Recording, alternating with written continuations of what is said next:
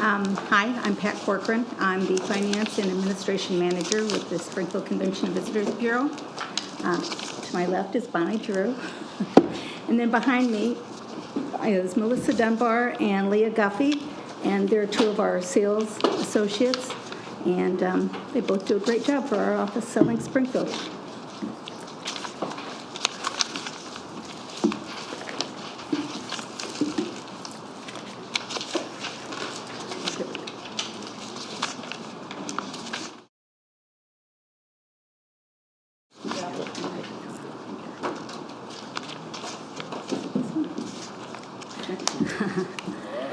Our agency structure consists of 4 divisions: administration, sales, service, and marketing.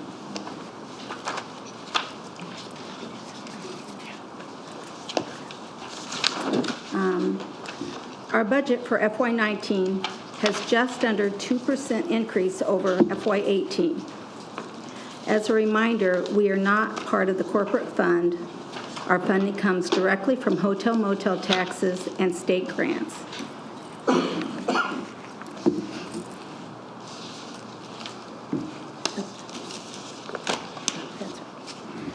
Staffing has been reduced by 1, from 15 to 14.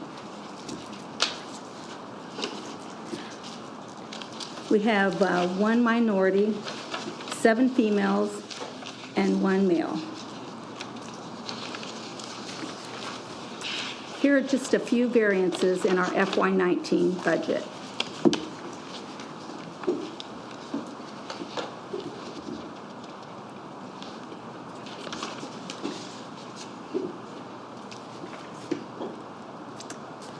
Our FY18 sales accomplishments include over 5,500 direct contacts with meeting and event planners and hosting 23 site visits.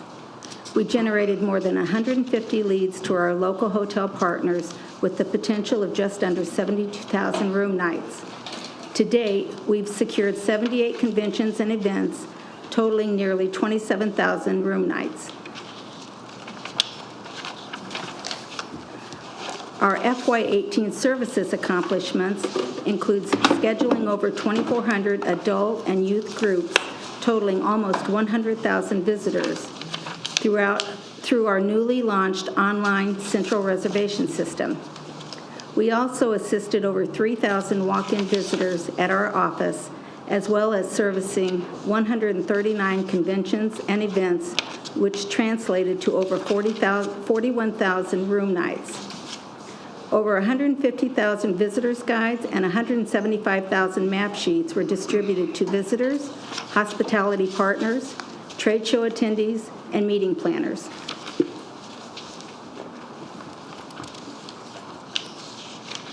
In May 2017, we hosted our 3rd annual Legends in Tourism event at the ALPLM during National Tourism Week.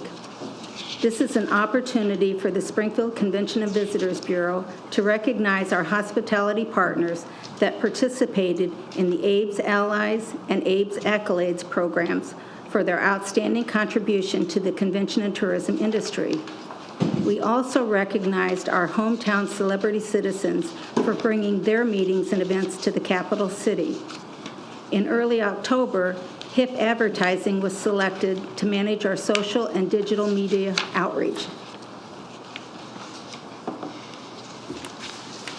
During FY18, we expanded our marketing efforts through increased media buys, including travel and trade publications, TV and radio commercials in Chicago, St. Louis, and Indianapolis, along with billboard advertisement and social media campaigns. Statistics provided by the Illinois Office of Tourism for Sangamon County in 2016 show visitors spending reached over $435 million, generating nearly $9 million in tax revenues, and employing over 3,400 people. The FY19 focus will include partnering with HIP Advertising to reach our various media outlets, along with the Springfield Convention and Visitors Bureau team, continuing to have a proactive outreach by attending trade shows and direct contact with their customers.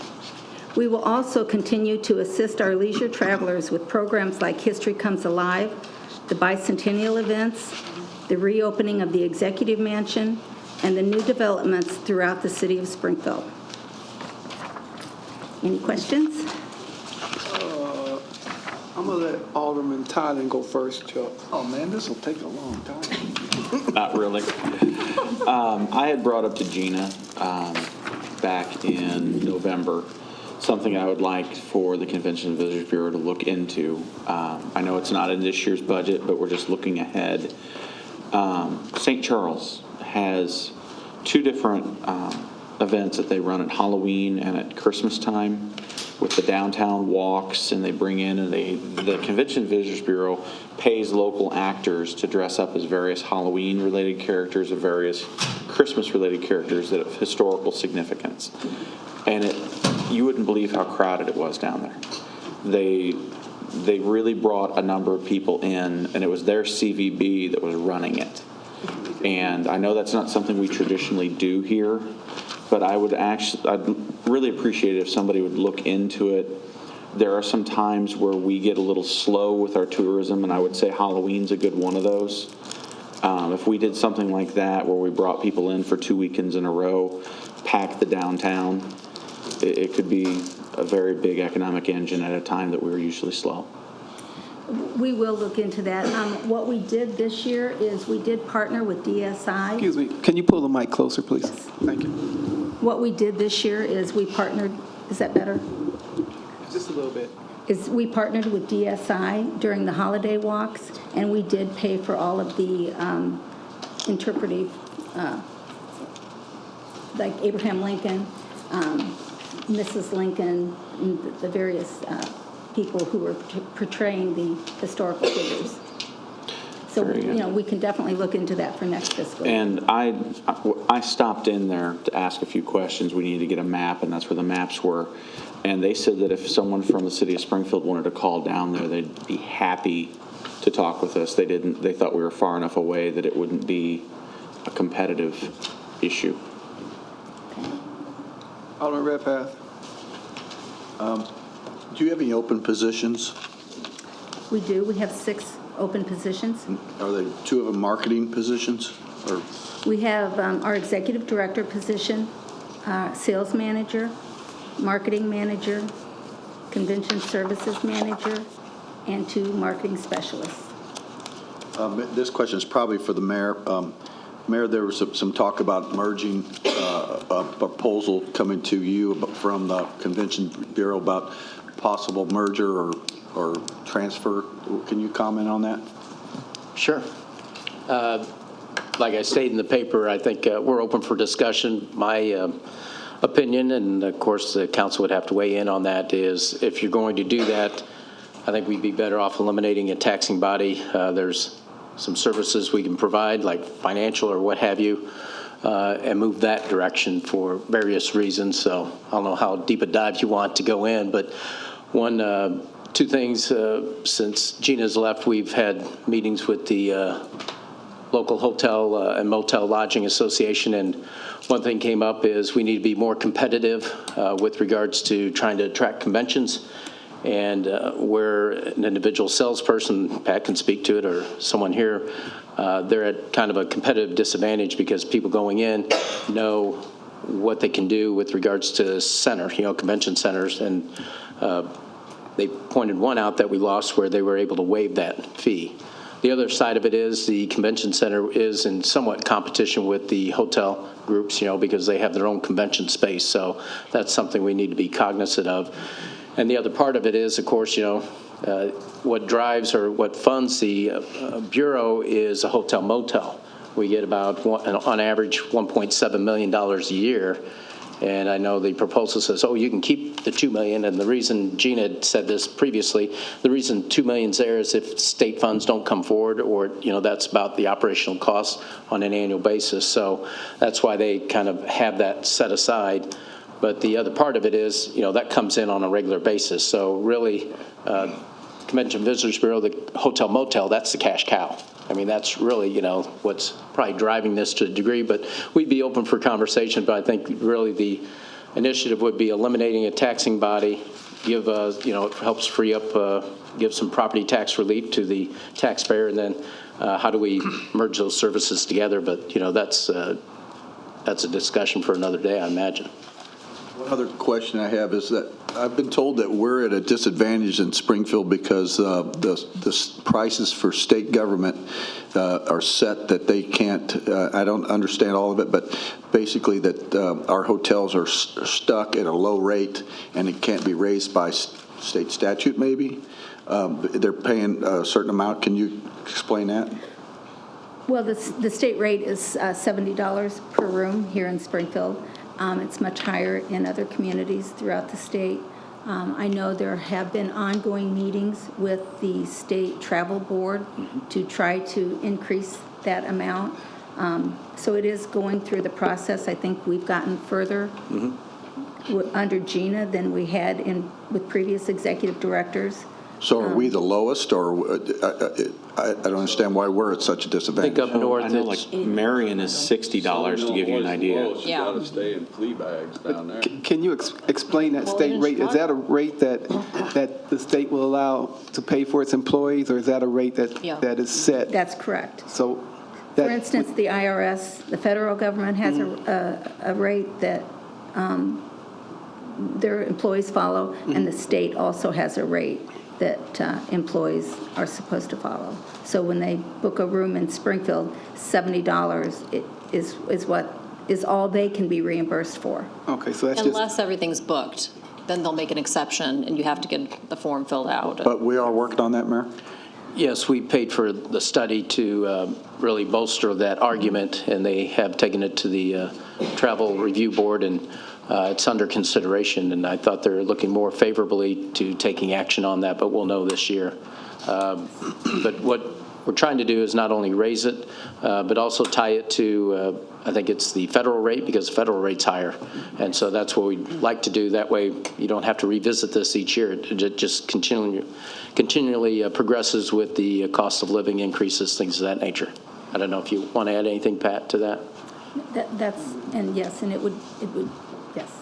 No, I don't need to add anything. Well, they're looking to do a step raise in a couple of, instead of just trying to jump immediately to the federal rate, they were looking to do an intermediate exponentially next year. It was just for the sake of numbers, say $1 next year, $2 the next year, and then eventually get it tied in to the federal rate like the mayor said. The only reason I brought it up is because the hotel motel folks did, I've met with them too, and they said that it's hard on them. That they're actually almost giving away a room. So we want to make sure that if they survive and strive better, we all will too. So that's the only reason. So that's all I got. Alderman Proctor? I got two things. And first was just to say thank you for what you do, because you do drive a lot of people downtown and for the convention, because downtown has a lot of the convention center hotels and stuff, so you feel like you do a great job of driving people there and attracting. But mine was a question about process-wise. When a CVB salesperson, I guess, goes to an annual convention to try to attract them to the next year's convention or the convention 5 years down the road, and you have to put incentive packages together and try to sell the city. Can you kind of walk me through that process? How does that work? And do you feel like you have the flexibility when you're down there to make those quick, or maybe that's a better question for the mayor, or I was pointing to Leah or one of the others. or whoever. Yeah, please come up, or whoever you feel appropriate to best answer this kind of question for you. I've always been the finance and administration manager, so I haven't gotten intimately involved in, I can tell you the process, but they actually do it on a daily basis with their customer contacts. Typically what we will do is we reach out to the hotel partners, we discuss the overall incentive need that is required to help secure the piece of business. Then that is then taken to the Springfield Hotel Lodging Association. There is a grid that is set in place. It's based off of a minimum room night requirement. The piece of business does have to be within 2 hotels to qualify for it as well. And then it's basically set up as a rebate. So while SHLA is providing funds, the hotels are then also providing a rebate back into that to create that incentive as well.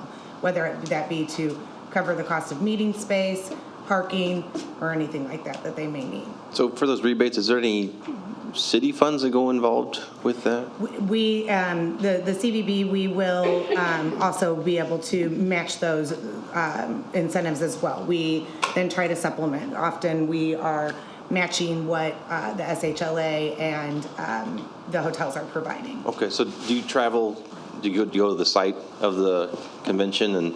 It really, each bid process is different. Myself, like I just went to a bid for American Baptist Association. It's a piece of business that we've had here before.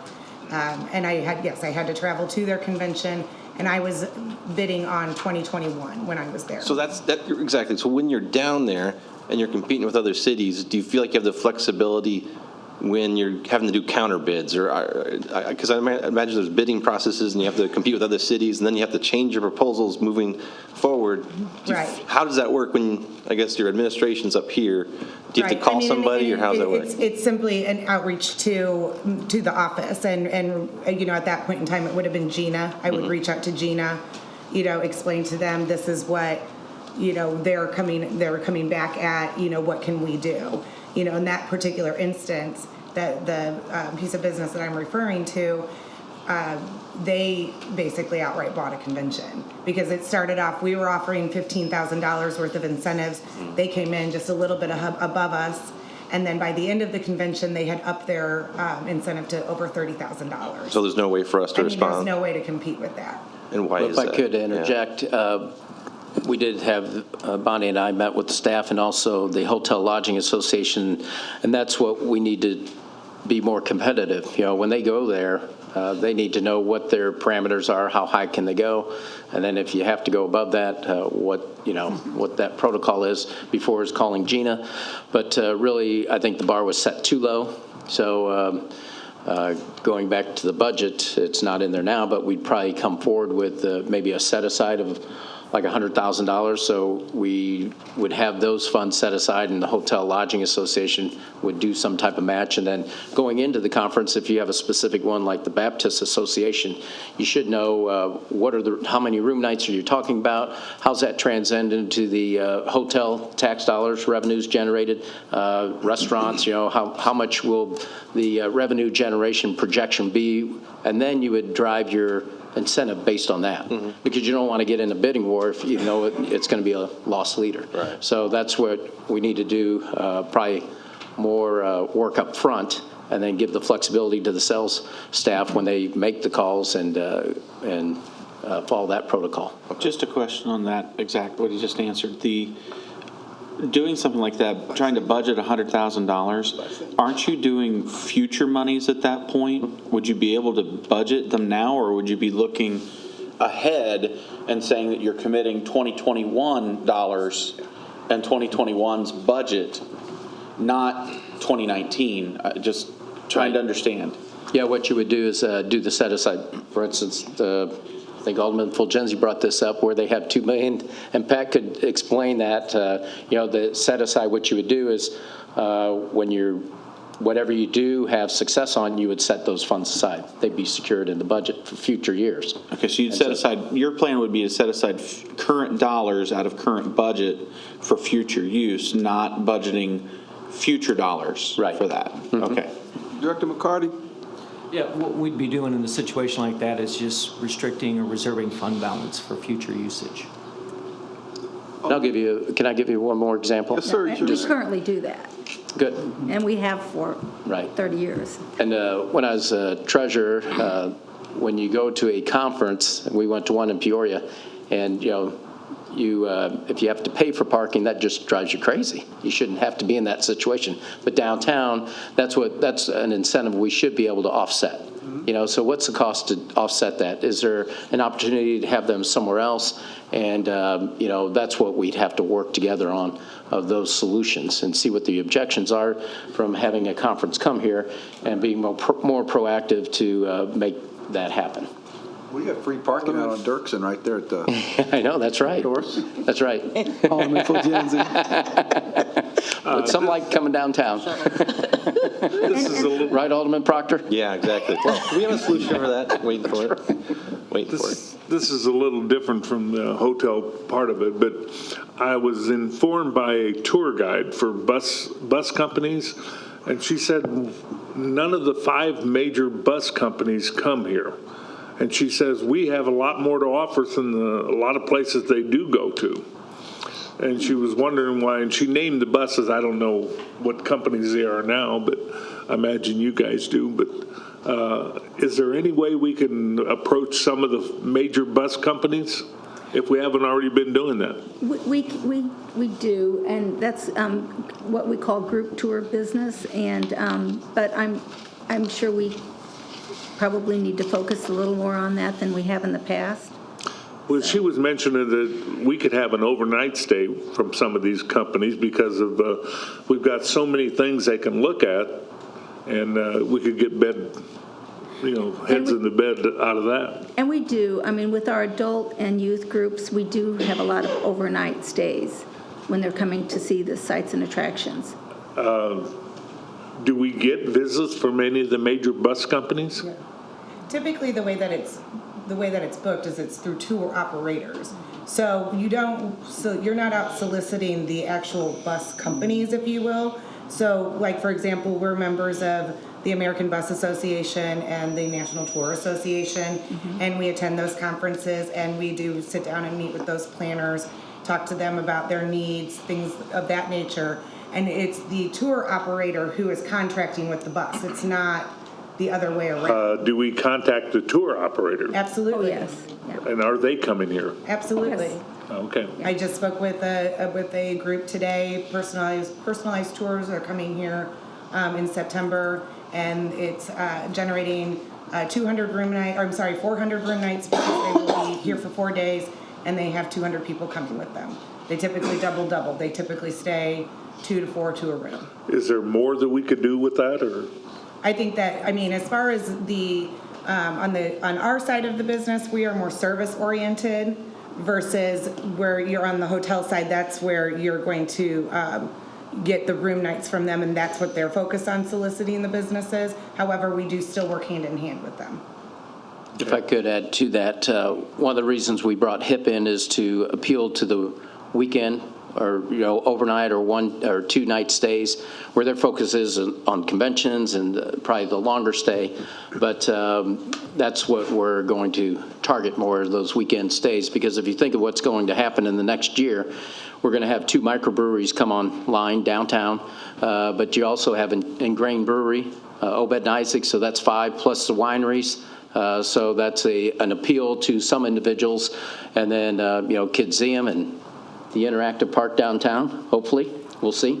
But it's the longer-term stays. The Route 66, the Motorhead's restaurant that's going to open up off of, used to be Nick's Pizza, I think it is, off of Toronto Road. I mean, those are new businesses that are going to come online this year. And so that's what we need to do, and HIP's going to help tell that story, is there's a lot more to do in Springfield than just Lincoln. And that's the whole key, is to expand our appeal to others beyond the historic sites. Alderman Donald? And also, Alderman Fulgenzi, we did book 371 adult groups so far this year, and that's been through tour operators with bus companies. So, and that's just adults, and then we booked another 2,047 youth groups, and most of them come through tour operators, like educational tours, that type of organization. But there's no overnight stays with them, is there? Oh, yes. Yeah, we generated, let's see, where is that number? I'm sorry, I don't have that number. That's all right. I can get that number for you. No, that's all right. But yes, Thank you. yes, we, As long as especially the we're Chicago schools. concentrating on that part of it, that's good. Yeah. The Chicago schools generally come down and spend the night. Okay, thank you. Alderman Donilon, please. Thank you, Mr. Chairman. Pat, my question is budget specific. On page 1 of the CVB budget sheets, line 1209. Last year, the budgeted number was 66,862. It went up to 75,302. Just wondering what the difference. The increase of $8,000 would be an OBM inserted that. Director McCarty could probably answer that question. I believe it has to do with the satellite office, visitor center, Which number was that? 1209. Oh, right, right. What we're hoping to do is open the Lincoln Herndon Law Office on the first floor for a visitor center. Still working with the state. It's been closed since 2014. And the first floor would be a visitor center, which we would occupy as a satellite office to Convention Visitors Bureau. And then that allowed them to do tours, and we would provide that visitor experience. So part of that would be rent, and I think the other part would be probably fixing it up with regards to, telling that story of Springfield. Mayor, will there be additional staff, or will it be the existing staff that are going over there, or volunteers, or? It'd be existing staff, volunteers, and possibly, summertime help.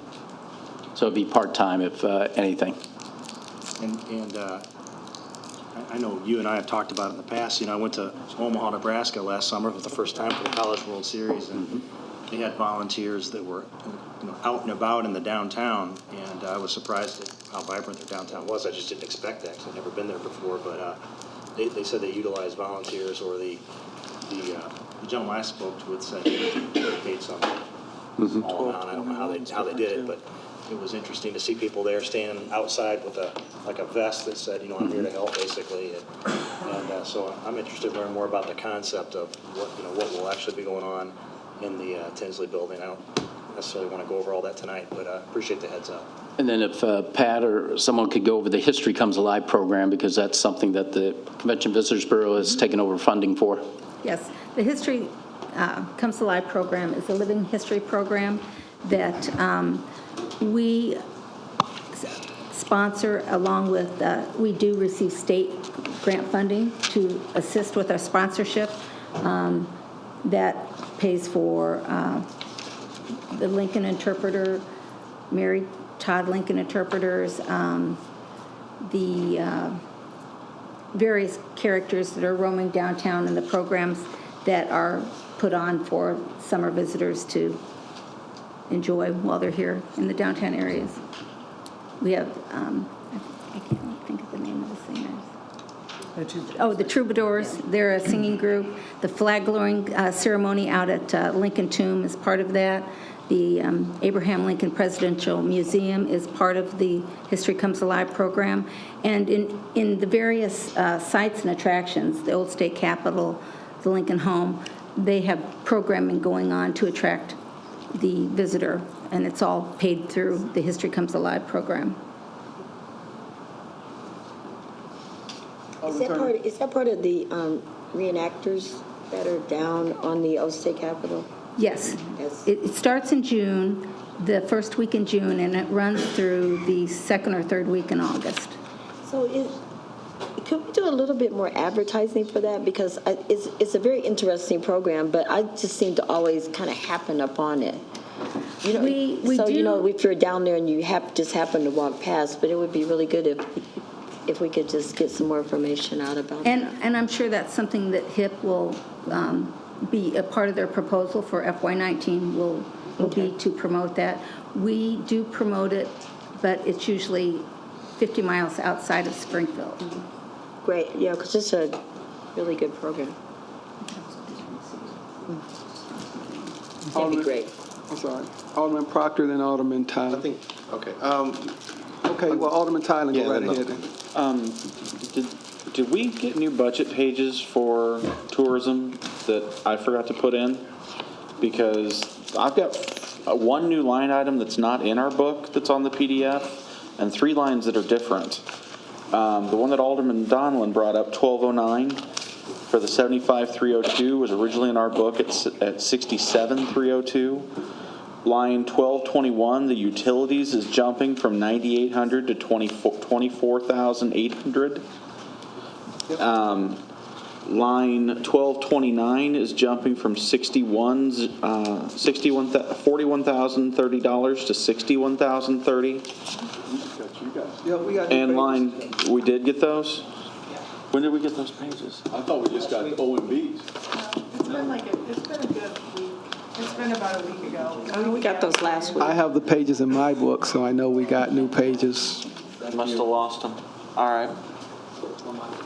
If you can't find your copies, we can get you new ones. All right. I guess the one question which I have, which from those newer lines, is the 2305 remodel renovation line for the $100,000 for renovations to the visitor center. If you could talk about that just a little bit.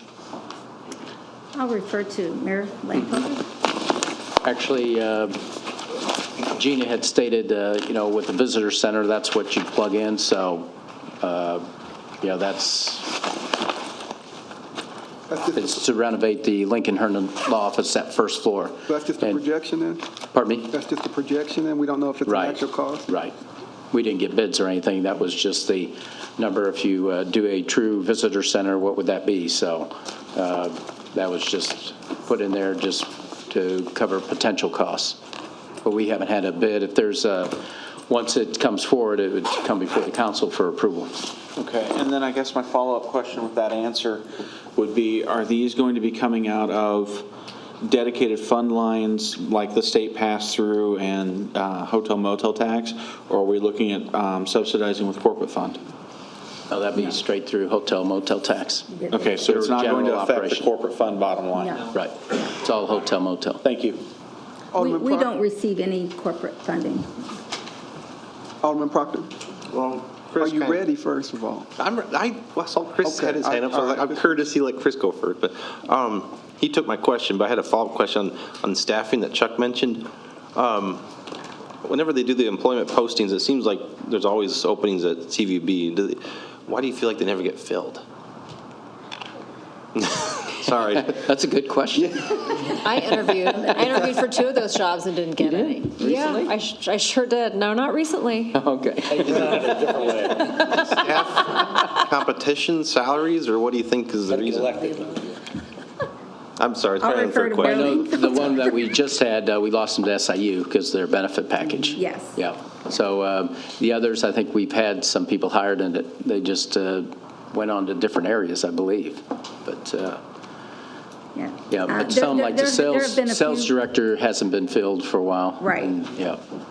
Yeah, and we did make an offer to a few of the positions, and they had accepted other positions. I did not receive an offer. How long ago was this?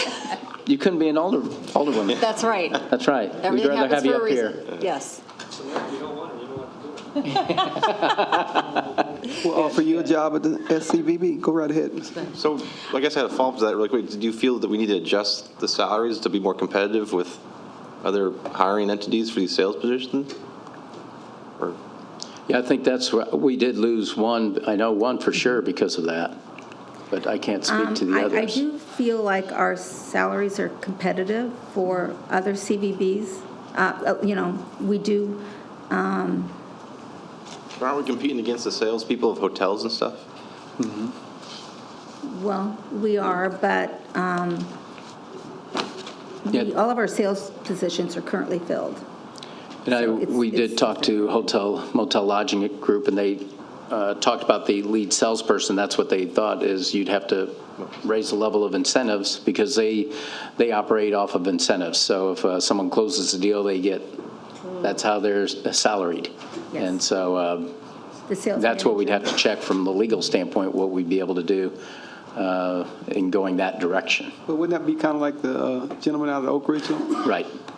Just make them all contracting and yeah. incentive package. I'm sorry, Alderman DeCenso. 2 things. First of all, line 1226 for advertising. For this year, it's $58,000. But then up in line 1218, it jumps to $380,900. So just wonder, I know it's for HIP, but I'm wondering why it's in those 2 split up that way. So for the last 2 years, we have placed our media directly with the vendor, and therefore it comes out of 1226. It moves into 1218 professional services when you hire an ad agency to place your media for you. So that's why you see the adjustment. Got it. And then second, as far as the convention side of things goes, I mean, most conventions book 5 to 10 years out. My own, the association I work for will start alternating years in Springfield in 2019. So just to give you an idea of what that brings to town, it's at least 1,000 attendees. It's a 4-day period. It's a golf outing. It's a 5K. It's 4 nights. It's 200 vendors. So, you know, those are the kinds of things that we need to get. But the people don't, I mean, it takes years sometimes to get this business. So it's not an immediate sale. Well, we always like to tell the story about a convention that we called on for 19 years, and they finally booked with Springfield. So, you know, persistent pays off. Absolutely. And I'm not sure if it's the same convention. What was interesting is they received a national convention because people were flying into St. Louis, and they are providing bus transportation to Springfield. And that's how they were able to get that piece of business. Because they didn't want to mess with the Capitol Airport, so it's easier flying to St. Louis and drive them here. So it's very good. All right, thank you, ladies, appreciate it. Thank you.